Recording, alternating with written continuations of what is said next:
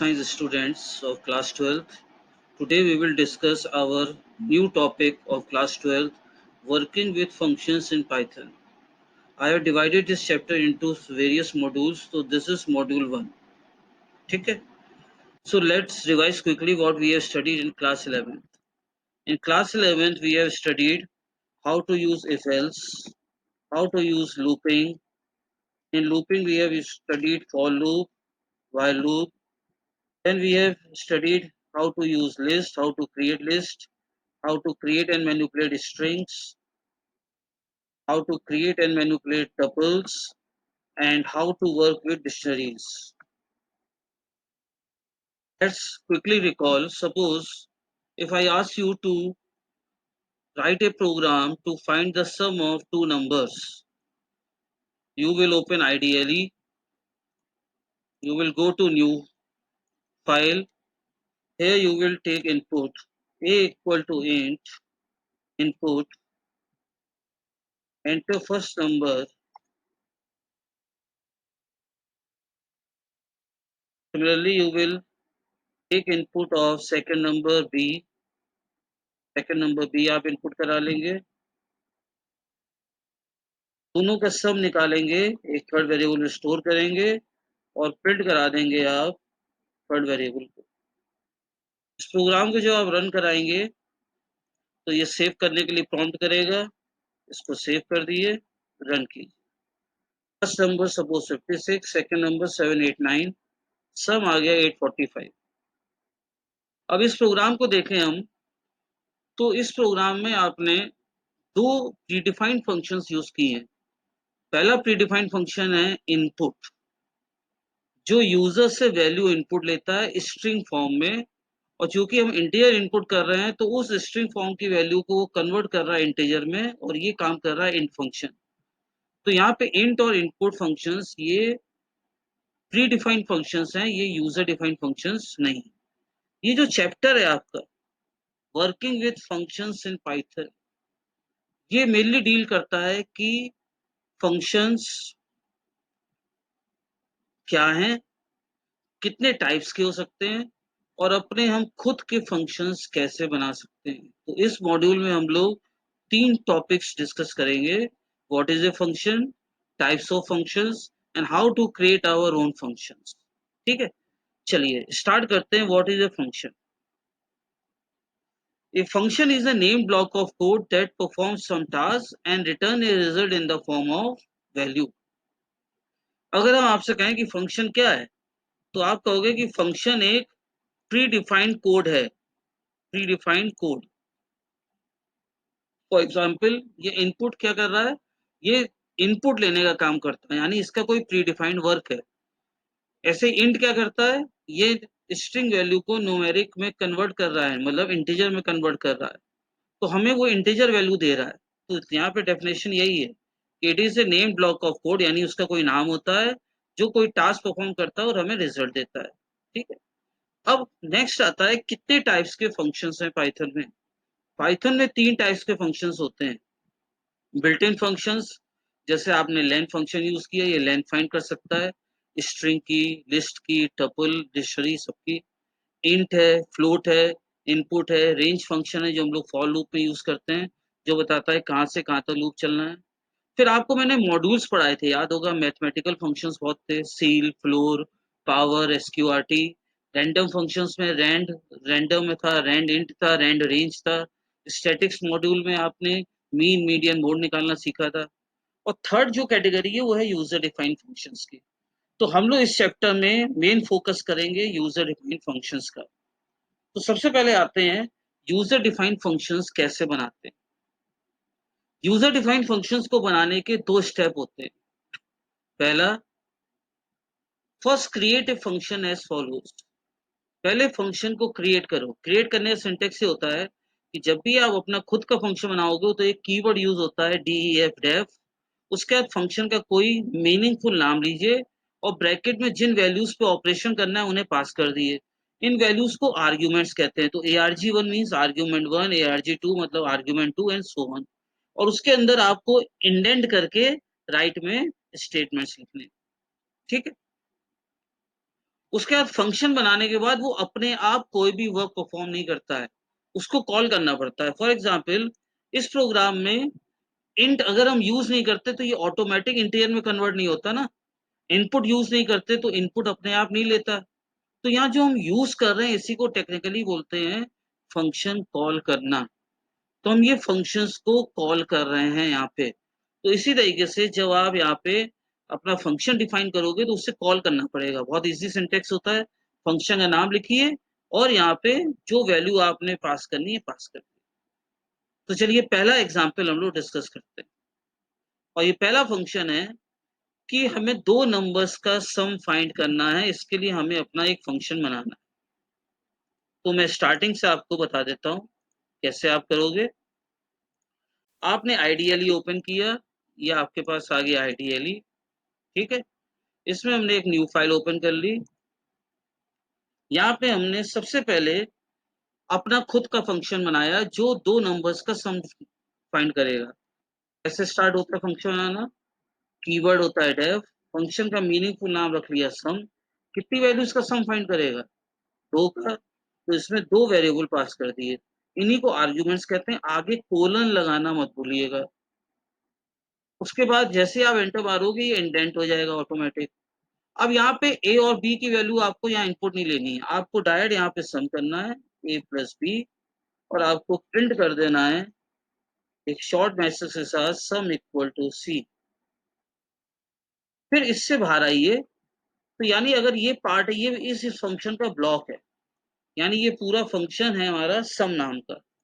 इसके बाहर जो आता है ये आता है मेन ब्लॉक। इस मेन ब्लॉक में आप क्या करोगे? इनपुट लोगे। कितने नंबर्स का सम कर रहे हैं आप? दो नंबर्स का। तो यहाँ इनपुट लीजिए, a equal to int input enter number one. इसी तरह दूसरे नंबर का इनपुट लीजिए, b equal to int enter number two. अब यहाँ पे अगर आप इतने प्रोग्राम को रन कराओगे कोई आउटपुट नहीं आएगा। चलिए इसको रन कराते हैं। इस प्रोग्राम को सेव कर लेते हैं हम, मान लिए सम वन के नाम से। एंटर नंबर वन आया, फिर कोई आउटपुट नहीं आया। रीजन? रीजन ये है कि आपने इस सम नाम के फंक्शन को कॉल नहीं किया, मतलब यहाँ यूज ही नहीं किया। तो कॉल कैसे करते हैं? देखिए यहाँ सिंटेक्स था, ये देखिए सिंटेक्स यहाँ पे था कॉल करने का। फंक्शन का नाम लिखिए, ब्रैकेट में वैल्यू पास करिए। तो हम आए, फंक्शन का नाम लिखा सम, और जो हमने इनपुट लिया था ए बी, इसको पास कर दिया। अब ये एग्जीक्यूट कैसे होगा? मेन ब्लॉक से एग्जीक्यूट होगा। ये दो नंबर्स का पहले नंबर इनपुट लेगा, सेकंड नंबर इनपुट करेगा। इसको बोलेंगे कॉलिंग द फंक्शन। ये हो गया कॉलिंग द फंक्शन। जब तक फंक्शन कॉल नहीं करोगे वो अपना वर्क या टास्क परफॉर्म नहीं करेगा। और ये पार्ट हो जाता है डिफाइनिंग ए फंक्शन। अब इसको आप रन करिए। ये देखिए पूछ रहा है एंटर नंबर वन, यानी ये वाली लाइन एग्जीक्यूट हुई। एंटर नंबर वन, इसको हमने दिया 56। अब ये पूछ रहा है एंटर नंबर टू, तो एंटर नंबर टू हमने दे दिया 76। अब ये फंक्शन कॉल हुआ ए बी। ये ए की वैल्यू ए में पास हुई, बी की वैल्यू बी में पास हुई, सी में दोनों का सम आके प्रिंट हो गया 132। तो अगर आप इसको क्लास 11th के सिलेबस से कंपेयर करो तो आप क्लास 11th में इतना डायरेक्ट लिखते थे और सम कर देते थे। लेकिन क्लास 12 के सिलेबस में हर चीज आपको अपने फंक्शन बना के ही करनी होगी। ये चैप्टर इसलिए इम्पोर्टेंट है क्योंकि आपने क्लास 11th में जो भी पढ़ा, लिस्ट पढ़ा, टपल पढ़ा, डिक्शनरी पढ़ा, वो क्लास 12th में आएगा बोर्ड एग्जाम में, लेकिन फंक्शन के थ्रू आएगा। तो इसलिए फंक्शन को समझना बहुत इंपॉर्टेंट है। क्लियर हो गया ये चीज? तो एक बार जल्दी से रिकॉल कर लेते हैं। फंक्शन बनाने के लिए ये सिंटेक्स होता है। यहाँ पे हमने लिखा डेफ, फंक्शन का नेम, और जिन वैल्यूज पे ऑपरेशन करना है वो पास किया, arg1 arg2। देखिए यहाँ पे हमने डेफ लिखा, यहाँ पे ये फंक्शन का नाम दिया, ये वैल्यू पास कर दी ए बी। आप ए बी अगर कुछ भी ले सकते थे, एक्स वाई पी क्यू। फिर इसके अंदर हमने सीधे इनका सम किया और ये सीधे दिया, ये फंक्शन डिफाइन हुआ। अब हमारा मेन ब्लॉक में अकेला काम है कि हम ए और बी की वैल्यू यूजर से इनपुट लें और इस फंक्शन को कॉल करें। तो हमने ए और बी यूजर से इनपुट लिया और इस फंक्शन को कॉल करने से सिंटेक्स क्या होता है, फंक्शन का नाम लिखो और जो दो वैल्यू पास कर दो। अगर मान लीजिए इस फंक्शन में मैंने सिर्फ ए पास किया होता तो ये प्रोग्राम एरर दे देता। रीजन, क्योंकि यहाँ पे आप बता रहे हो कि ऊपर दो वैल्यूज पास हो रही हैं और नीचे आप उसको सप्लाई कितनी वैल्यू कर रहे हो, एक वैल्यू कर रहे हो। तो इसलिए जितनी वैल्यूज आप ऊपर सप्लाई करो उतनी वैल्यूज यहाँ कॉलिंग के वक्त पास करनी होती है। अब हम लोग आते हैं अपना एग्जाम्पल नंबर 2 पे। Write a function to find the greatest of two numbers.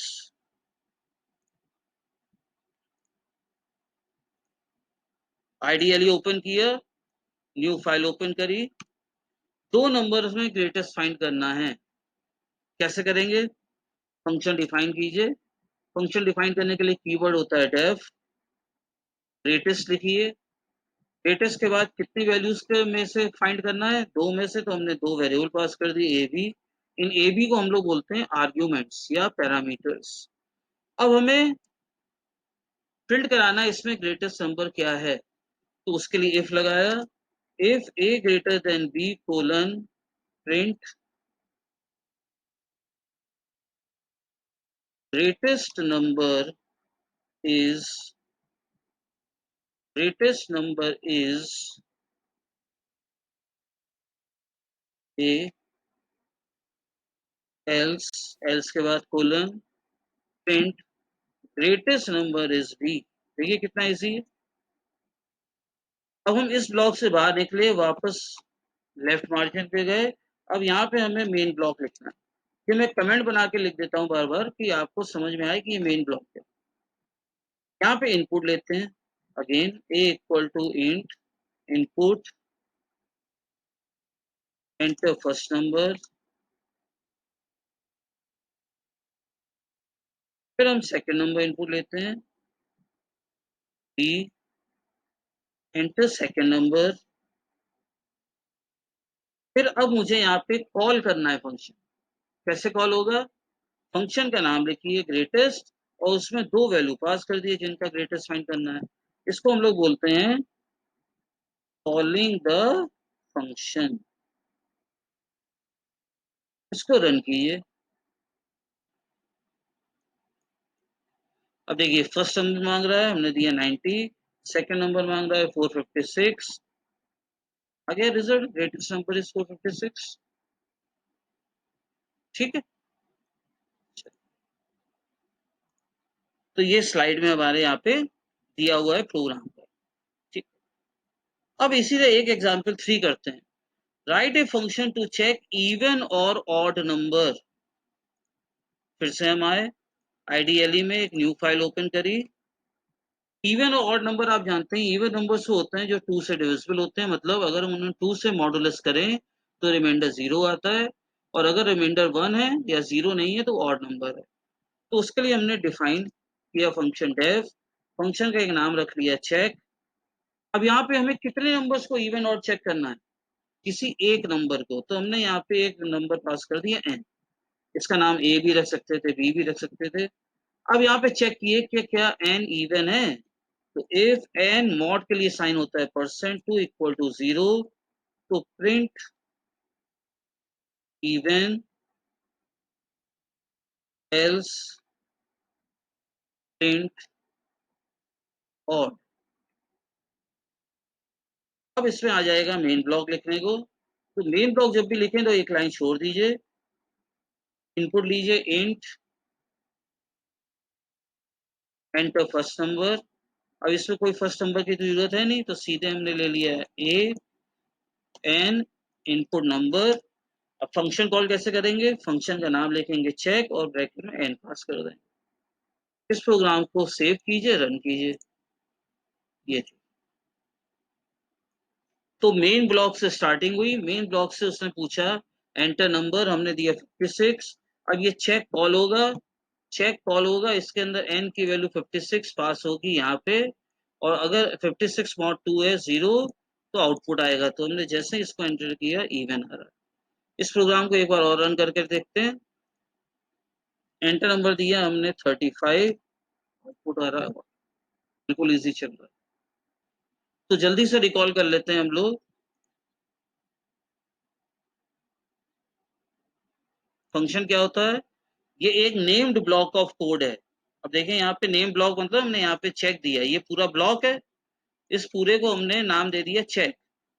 तो यानी ये नेम ब्लॉक ऑफ कोड है जो टास्क परफॉर्म कर रहा है। ये टास्क क्या परफॉर्म कर रहा है? ये चेक कर रहा है इवन या ऑड है। फिर इसमें एक चीज आई, and return the result in the form of value. ये चीज अभी थोड़ी देर बाद हम लोग डिस्कस करते हैं कि ये रिजल्ट कैसे रिटर्न करता है। उसके बाद कितने टाइप्स के फंक्शन हो सकते हैं पाइथन में? बिल्ट इन फंक्शंस हो सकते हैं, len, range, in, float, input. Functions defined in modules such as math module, random module, statistics module. और थर्ड कैटेगरी आती है user defined functions. User defined functions को लिखने के दो स्टेप बताए। सबसे पहले उसे क्रिएट करते हैं और फिर उसे कॉल करते हैं। क्रिएट करते वक्त हम लोग एक कीवर्ड यूज करते हैं डेफ। डेफ के बाद फंक्शन का नाम, मीनिंगफुल नाम रखते हैं और फिर उसके अंदर वैल्यू पास करते हैं जिन पे ऑपरेशन परफॉर्म करना है। इनको हम लोग बोल देते हैं argument 1, argument 2 and so on. फिर उसके अंदर स्टेटमेंट लिखते हैं। अगला स्टेप में उसको कॉल करना पड़ता है। कॉल करते वक्त फंक्शन का नाम और ब्रैकेट में आर्ग्यूमेंट पास होती है। यूजर डिफाइंड फंक्शंस में हम लोग ने 3 फंक्शन एग्जांपल डिस्कस किए। To find the sum of two numbers, to find the greatest of two numbers और टू चेक इवन और ऑड नंबर। ठीक है, एक बार देख लिए थे। To find the sum of two numbers में हम लोगों ने क्या किया? डेफ फंक्शन को डिफाइन किया, यहाँ पे उसका नाम रखा सम, दो वैल्यू पास करी। ठीक है, याद रखिएगा सिर्फ वही वैल्यू पास करते हैं जिन पे ऑपरेशन हो। कुछ बच्चे यहाँ पे सी भी पास कर देंगे, सी में ऑपरेशन ही हो रहा है, सी में रिजल्ट स्टोर हो रहा है, तो सी तो आप अंदर ही लोगे फंक्शन के अंदर। ठीक है, तो यहाँ पे सिर्फ ए और बी पास कीजिएगा। प्रिंट सम हो गया, ये फंक्शन सिर्फ डिफाइन हुआ है, इस फंक्शन को कॉल करना पड़ेगा। तो मेन ब्लॉक लिखा, मेन ब्लॉक में हमने इनपुट लिया, a equal to input first number, b equal to input second number. फिर फंक्शन को कॉल करने का सेंटेंस देख लिए, फंक्शन का नाम लिखते हैं और जो वैल्यू आपको पास करनी है वो ब्रैकेट में कॉमा करके पास करनी है। ऐसे ही सेकंड हम लोगों ने क्या पढ़ा था? Find the greatest of two numbers. तो हमने यहाँ पे एक फंक्शन बनाया डेफ, इसका नाम रखा ग्रेटेस्ट, दो वैल्यू पास करनी ए बी। अंदर चेक किया if a greater than b है तो प्रिंट कर दिया greatest number is a, else greatest number is b. Main block में ए बी इनपुट करके देखिए फंक्शन कॉल हो गया ग्रेटेस्ट। थर्ड हम लोग ने चेक किया था, तो check even odd number, function define किया डेफ, इसका नाम रखा चेक, ब्रैकेट में हमने वेरिएबल पास किया एन, एन को चेक किया क्या जीरो है, अगर जीरो है तो प्रिंट इवन, नहीं तो ये प्रिंट ऑड होगा। मेन में सिर्फ एक वेरिएबल इनपुट हुआ एन और वो चेक करके पास कर दिया। अब जैसा कि हम लोग ने डेफिनेशन पढ़ा था कि फंक्शन में रिटर्न द रिजल्ट, ये रही function definition. Return the result in the form of value, ये फंक्शन को रिटर्न करने का मतलब क्या है कि रिटर्न द रिजल्ट। तो यही हमारा टॉपिक है कि फंक्शन रिटर्निंग द रिजल्ट। तो फंक्शन रिजल्ट कैसे रिटर्न करता है? मींस जो आपने यहाँ पे फंक्शन बनाया वहां पे ये प्रिंट इवन ऑड खुद कर रहा है। हम चाहते हैं ये प्रिंट इवन ऑड खुद ना करके ये कॉलिंग पार्ट, यानी ये जो हमने मेन प्रोग्राम लिखा है, ये दिस इज मेन ब्लॉक, ये मेन ब्लॉक प्रिंट करे कि इवन है या ऑड है। तो उसके लिए क्या होगा कि ये फंक्शन इस मेन ब्लॉक को रिजल्ट रिटर्न करेगा और वो रिजल्ट ये मेन ब्लॉक प्रिंट करेगा। ठीक है, तो चलिए इसमें सिंटेक्स देखिए क्या होता है चेंजेस। ऊपर का सिंटेक्स सेम है, फंक्शन डिफाइन करने के लिए डेफ, फंक्शन का नाम लिखते हैं, आर्ग्यूमेंट्स पास करते हैं, स्टेटमेंट पास करते हैं जितने आपको लिखने हैं। लेकिन अगर आप लास्ट लाइन देखिए तो एक चीज नई ऐड हो जाती है, return value to be return. यानी जो फंक्शन रिजल्ट रिटर्न करता है उसके लिए हम एक कीवर्ड यूज करते हैं रिटर्न, और जो वैल्यू रिटर्न करनी है उसको रिटर्न कर देते हैं। अब कॉलिंग का भी सिंटेक्स चेंज होगा। जहां आप कॉलिंग में सिर्फ इतना लिखते थे फंक्शन नेम आर्ग्यूमेंट 1, अब आपको लेफ्ट साइड पे वेरिएबल लेना पड़ेगा और इक्वल टू लगाना पड़ेगा। क्योंकि ये जो वैल्यू रिटर्न है ये लेफ्ट साइड के वेरिएबल में आएगी। तो ये ज्यादा इजी होगा अगर हम इसका एग्जाम्पल समझाएं। तो नेक्स्ट बढ़ते हैं, write a function to return the sum of two numbers. तो जब भी क्वेश्चन में रिटर्निंग होगी फंक्शन की तो रिटर्न वर्ड यूज होगा। तो जब भी रिटर्न वर्ड यूज होके आए आप समझ जाइएगा कि हमें फंक्शन बनाना है विद रिटर्न स्टेटमेंट। तो write a function to return the sum of two numbers. तो कैसे इन दो नंबर्स का सम रिटर्न करें। आईडीएलई में एक प्रोग्राम नई फाइल ओपन करते हैं,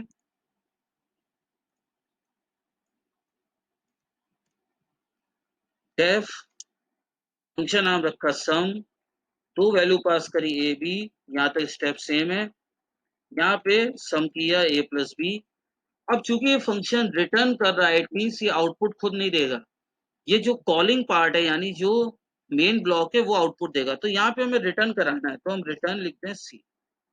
हम ऐसे भी लिख सकते हैं रिटर्न ब्रैकेट में सी, दोनों तरीके से चलता है। हमने यहाँ पे लिख दिया रिटर्न सी, इस ब्लॉक से बाहर है। अब हम लोग ने मेन ब्लॉक लिखा है, इनपुट कराया a enter first number, b enter second number. अब अगर आपने सिर्फ इतना लिख दिया सम ए कॉमा बी, ये रॉन्ग हो जाएगा, ये गलत तरीका। रीजन अभी मैंने आपको बताया कि जो फंक्शन रिटर्न करते हैं उनके लेफ्ट साइड में वेरिएबल लेना पड़ता है कॉलिंग के वक्त। तो यानी हम क्या करेंगे, रॉन्ग तरीका है। इसमें हम ले लेंगे सी, क्योंकि सी रिटर्न हो रहा है तो सी इक्वल टू सम ब्रैकेट में ए कॉमा बी, इसको बोलते हैं कॉलिंग द फंक्शन। देखिए प्रोग्राम कैसे वर्क करेगा, जब आप इसे रन करोगे तो वो मेन ब्लॉक से रन होगा। सबसे पहले फर्स्ट नंबर इनपुट होगा, फिर सेकंड नंबर इनपुट होगा, फिर ये फंक्शन कॉल होगा सम। ए की वैल्यू ए में कॉपी होगी, बी की वैल्यू बी में कॉपी होगी, सी में दोनों का सम आएगा, रिटर्न सी होगा। ये सी रिटर्न होके आएगा इस वाले सी में, ये मेन ब्लॉक वाले सी में। और यहाँ पे आप इस सी को प्रिंट कराओ क्योंकि रिजल्ट इस सी में आ रहा है, तो सम इक्वल टू कॉमा सी। अब इस प्रोग्राम को आप रन कीजिए। देखिए मेन ब्लॉक में पहली लाइन क्या लिखी थी, एंटर फर्स्ट नंबर, तो फर्स्ट नंबर आ रहा है 56। फिर सेकंड लाइन क्या लिखी थी, एंटर सेकंड नंबर, तो सेकंड नंबर पूछा ही है। फिर फंक्शन कॉल हुआ, देखिए अब आ रहा है सम इक्वल टू 101। तो इस फंक्शन और जो हम लोग ने पहला फंक्शन पढ़ा था उसमें सिर्फ डिफरेंस ये है कि ये फंक्शन रिजल्ट को रिटर्न कर रहा है। और किसको रिटर्न करता है, मेन ब्लॉक को जो इसे कॉल कर रहा है। आपको दो चीज ध्यान रखनी है कि जब फंक्शन रिटर्न करता है तो रिटर्न वर्ड यूज होता है, यहाँ प्रिंट स्टेटमेंट यूज नहीं होगा। दूसरा, जब ये कॉल करोगे तो लेफ्ट साइड में वेरिएबल होना चाहिए। अगर आप वेरिएबल यूज नहीं करोगे तो वो गलत तरीका होगा।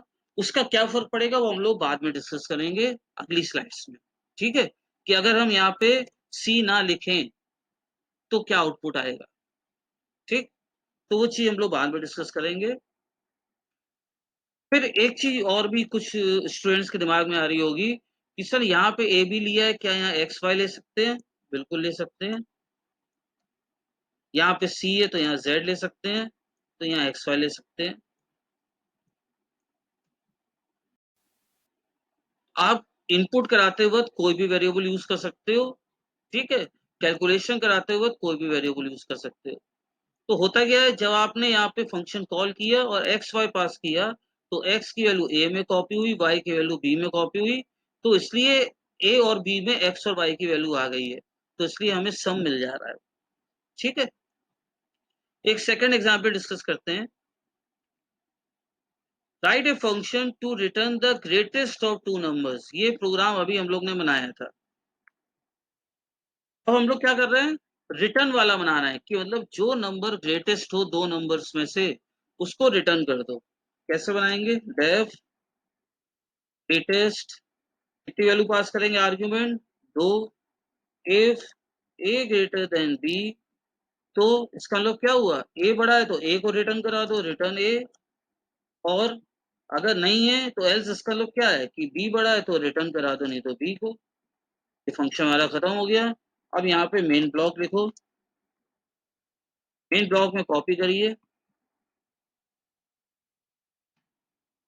इतना रखिएगा फंक्शन डिफाइन करने के बाद ये कोलन का साइन जरूर लगेगा और ये सब इंडेंट करके होगा फंक्शन के अंदर। अब a equal to int input enter first number, इसी तरीके से फिर से कॉपी कीजिए, ये हो जाएगा b एंटर सेकेंड नंबर। अब बताइए कॉलिंग कैसे होगी। अगर आपने ये लिख दिया ग्रेटेस्ट a कॉमा b, गलत तरीका होगा। इसका सही तरीका क्या है? इसका सही तरीका है कि आप लेफ्ट साइड में कोई वेरिएबल लीजिए x ग्रेटेस्ट, अब यहाँ ब्रैकेट में पास कर दिए a कॉमा b। अब यहाँ पे ये रिटर्न होके x में या तो a की वैल्यू आएगी या b की, इसका मतलब बड़ा नंबर किस में आ गया? a में। तो हमने प्रिंट कर दिया ग्रेटेस्ट नंबर इज x। इस प्रोग्राम को रन कराते हैं सेव करके। अब देखिए पूछा है फर्स्ट नंबर, मेन ब्लॉक में पहली लाइन एग्जीक्यूट है, मैंने दिया 45।